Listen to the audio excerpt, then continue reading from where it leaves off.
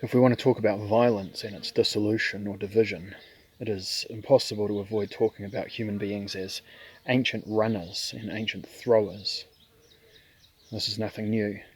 Anyone who goes to the movies risks a lesson in anthropology, and action movie fans, ao ipso, come close to paleoanthropology because, as I shall show, action provides the long-lost key to the transition from ape to human.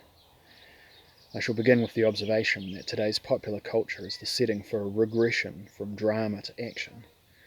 Nowadays, instead of the interpersonal conflicts we know from the high culture theatre play, interbestial or intermechanical action sequences can be widely seen. On first glance, they do not seem to have anything in common with the educational dimension of the European and Oriental culture of theatre and narrative. I will shortly show, however, how far such action scenes also have a particular educational meaning, although in the sense not of humanization, but of homininization. What academic history discusses under the heading of prehistory and early history is in fact the opposite of what the textbooks present. The realm where apparently nothing happens, in which boring populations of hunters and gatherers vegetate during hundreds of thousands of years of messing around until finally warriors, kings, and scribes arrive to liven up history. In reality, the enormous time period of so-called prehistory is dominated by an event whose dramatic character towers over every individual drama, the event of original hominization. For the period of over 1 million years, a single gigantic event occurred, a titanic story whose violence and tension overshadowed everything that happened later, except perhaps the kindling of nuclear fire. Who could deny that this represents a challenge of historiography? Most readers feel uneasy when they open books written by paleontologists. Accounts of experts poking around in African or Chinese pro-simian bones are dull, and probably not what the subject could really accomplish once we have accepted that so-called prehistory must necessarily contain the most breathtaking experience of all, the event to crown all events, the sheer catastrophe we originate from. Given the state of affairs, I would suggest testing the following hypothesis. Modern action cinema is a series of experimental writing is a species of experimental writing of pre- and early history using the methods of advanced film technology to process humankind's archaeological secrets. Action cinema illuminates an aspect of truth about the inaugural event that formed humanity that we could summarize under the heading, the secession of human hordes from old nature. Looking closer, we can see that the two universal elements of action cinema, running and shooting, are usually linked in sequences that cineastes call the chase. This is barely different to the major event of early history that gave rise to Homo sapiens, as the running animals whose legs measured 2/5 of its height that became a human being because it survived the chase. To do this, it was necessary for early humans to be transformed from fugitives to counterattackers, mostly by throwing stones and swinging from branches. The unified gesture involved in running to escape, turning around and throwing something at the attacker, is the oldest pattern of human action. It is actually the pattern that advances hominization and allows the creation of a specific human group atmosphere.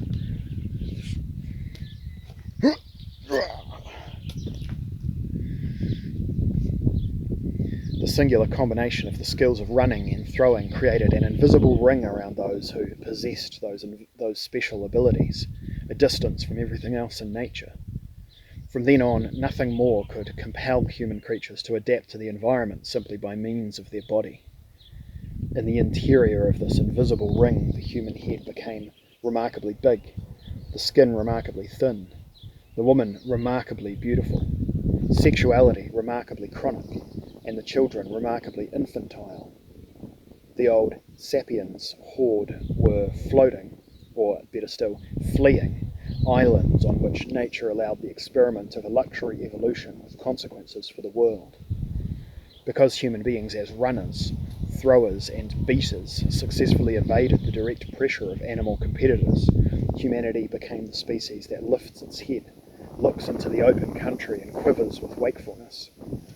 Theoretical behaviour arose exceptionally early in human beings, to some extent from the excess of wakefulness that opened the eyes of the attentive animal Homo sapiens to the luxuriant vista of the still plain.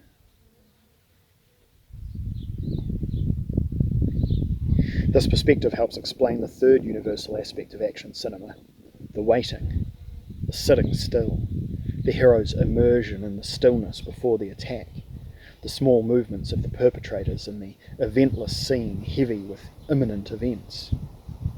I assure you that anybody who puts something like this on screen is not a priori promoting brutality, as cultural critics argue, and not just somebody speculating on the reliably vulgar instincts of fellow human beings. He is primarily, and specifically in this case, an explorer of early history who sent his probes back to the field of hominization to discover for himself, and for us the real content of, prehistoric human formation. Action films explore the never entirely forgotten boundary of conflict, where the decision is made whether creatures from hordes should survive or not. Having said earlier that all history is the history of violent solutions, now is the time to add, it is the history of escaping from chases, and the history of being able to move from escape to counterattack. One should almost talk of the birth of human beings out of the spirit of counterattack. In the beginning was counter-violence, which means the flight from violence that erects boundaries in the space by the act of throwing. The animal of distance, the human being of the horde, lives on an island of distance from its surroundings, an island that is excluded from old nature by the intrinsic complementary relationship of escape and counterattack. This is why it would be easier to think of the old hordes together with their highly cultured successors and peoples and nations as social rafts drifting on the sea of old nature, with the tendency, which only became clear much later, to turn the timeless drift into a historical journey. Now we can understand why the whole of paleo history must offer variations on the themes of throwing and shooting. To the extent that they invented themselves in counterattack, human beings are artillery-type animals, throwers, shooters, creators of distance by using missiles and throwing border stones. If we remember that the first borders were not drawn or fixed but thrown, and remained empty afterwards as part of the no-man's land between the throwers, then the archaic, suggestive power of guns in general, and exchanges of fire in action cinema in particular, becomes highly plausible. The historicism of action film reminds us that the horde ego finds reasons for conflicts about distance and demarcation whenever the old actors clash during their outings. The person who shoots at others on a wild trip out in the wide world is not always the cool killer or lonely cowboy. He might just as well be an old hunter engaging in foreign policy for the horde, not in terms of territory, but rather in relation to ideas about the real or imagined intactness of the horde ego. This ego, in its informal precincts that are relatively pacified internally, drifts through the world cauldron, which is filled with violence. Looking back to hominization in the horde, therefore, gives us the opportunity to consider the artillery before the artillery that seems inseparable from the entire process of becoming a human being. Homo eactans might well be a better name for Homo sapiens. If Heidegger had lived to see the Terminator films, I am sure he would have revised his statement that human beings are beings that have to design themselves. Instead, he would have said that human beings are the beings who are condemned to throwing, per se. People who want to talk about throwing should not keep quiet about hitting the target. This brings us to the dark side of the present considerations, because we have to discuss the relationship of shooters and throwers to the objects being hit. I shall preface my remarks by mentioning that this may concern what modern commentators call a subject-object relationship. The question of hitting the target brings us to the topic of the Terminator for the first time, because the hits that enliven the oldest hunter lore and the latest killer video machine fantasies are the terminal hits, the terminating hits, and the bullseyes that put a full stop after the object's autonomous existence. The object relationships of shooters could be described as a kind of happy sadism. Shooting at an object not only means putting it out of your way, a true shot recognises something specific in the other person in a place where it would be better to have nothing, which means, if this leads to hitting the mark, that the hit is the production of this exact nothing in place of the false something that was there before. From this perspective, any kind of artillery would inherently include a latent Terminator theme. Whenever people shoot seriously, the nothing is invited to change places with the previous something. The cult of the hit that runs through all action movies is an everlasting extinction ceremony that celebrates the original extermination miracle of the human hordes after the event, as if it was something that today's sapiens yucatans cannot do without. If I have used the expression extermination miracle without immediately distancing myself from the term on moral grounds, it was not to prepare a theoretical black mass, but to give plausibility to a paleo-anthropological theorem about our human horde members' primary experiences of power. For in the history of the species' ego formation, exterminations are older than creations, and extinction is more fundamental than invention. Why does termination take precedence over inauguration? The answer derives from the basic conditions of the horde's reality. The group, surrounded by the invisible membrane of its natural distance, drifts towards the old sea of nature, a raft like Phytozoon in a potentially dangerous world tub. On average, it may offer lukewarm temperatures and sustain the raftsmen as long as there are only a few of them. But it encloses them, apparently forever, in its impenetrable shell of violence and power that keeps them in an ambivalent state of primal passivity, safe and squeezed at the same time. In this context, it is understandable what throwing and hitting the target could have meant originally. The beginning of an infinitely slow and difficult counter-seizure of power that would culminate in the possibility of apt statements like the Cartesian dictum of man as the maître et possesseur de la nature, master and owner of nature. The first hits take human beings into the zone of a new kind of ecstasy. They start jumping and shaking with strong revolutionary emotions. In fact, we can say that ego orgasms give rise to the subject. The hit triggers a kind of euphoric sadism that forms the ego, and probably represents the guiding thread of the psycho-evolutionary process as such. We are talking about a sadism that makes the ego blossom, in the sense that it learns how to use artillery power to destroy an object. This is the first point where human beings broke through into the technological magical zone. By its nature, initially, this can only be a zone of extermination and magic. The magic of transformation and production will follow the path that the magic of denial with throw and shot has carved out in tele-causal terms. People who have trouble envisaging these connections may find it helpful to compare a current phenomenon in the subculture of sport. We only have to consider the circumstances in which we become witnesses of the most powerful statements of desire that human beings can express. The theatrical climaxes of our porno queens are feeble comedies compared with the goal-scoring orgasms at the heart of all the reporting on major football championships.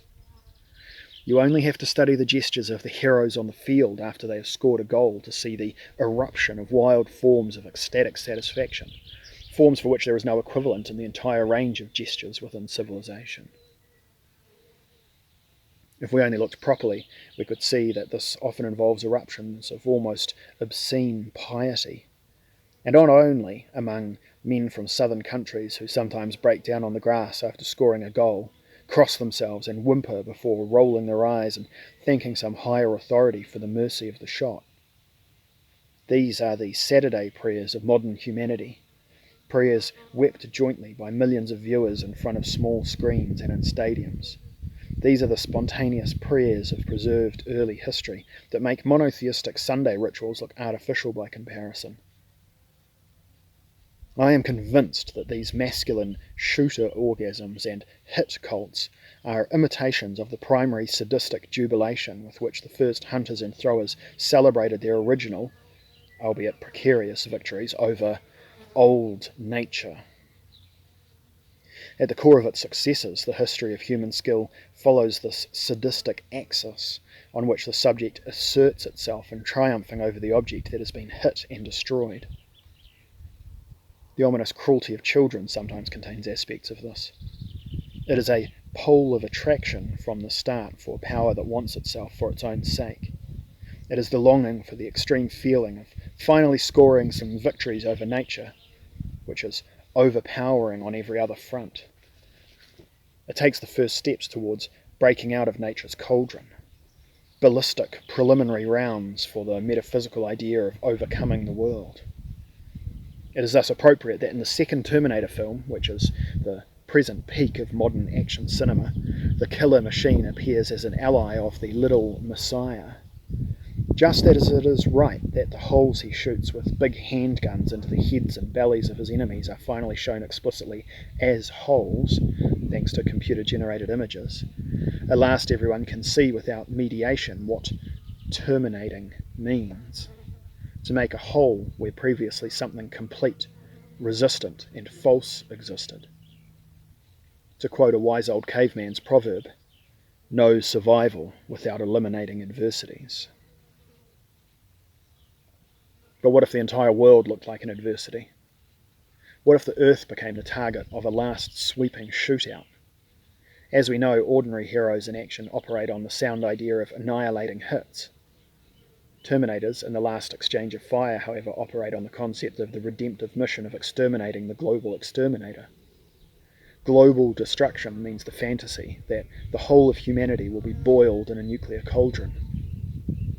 What distinguishes the new Terminator syndrome from the usual artillery nihilism is the metaphysical collateral that a few correct hits could save humankind.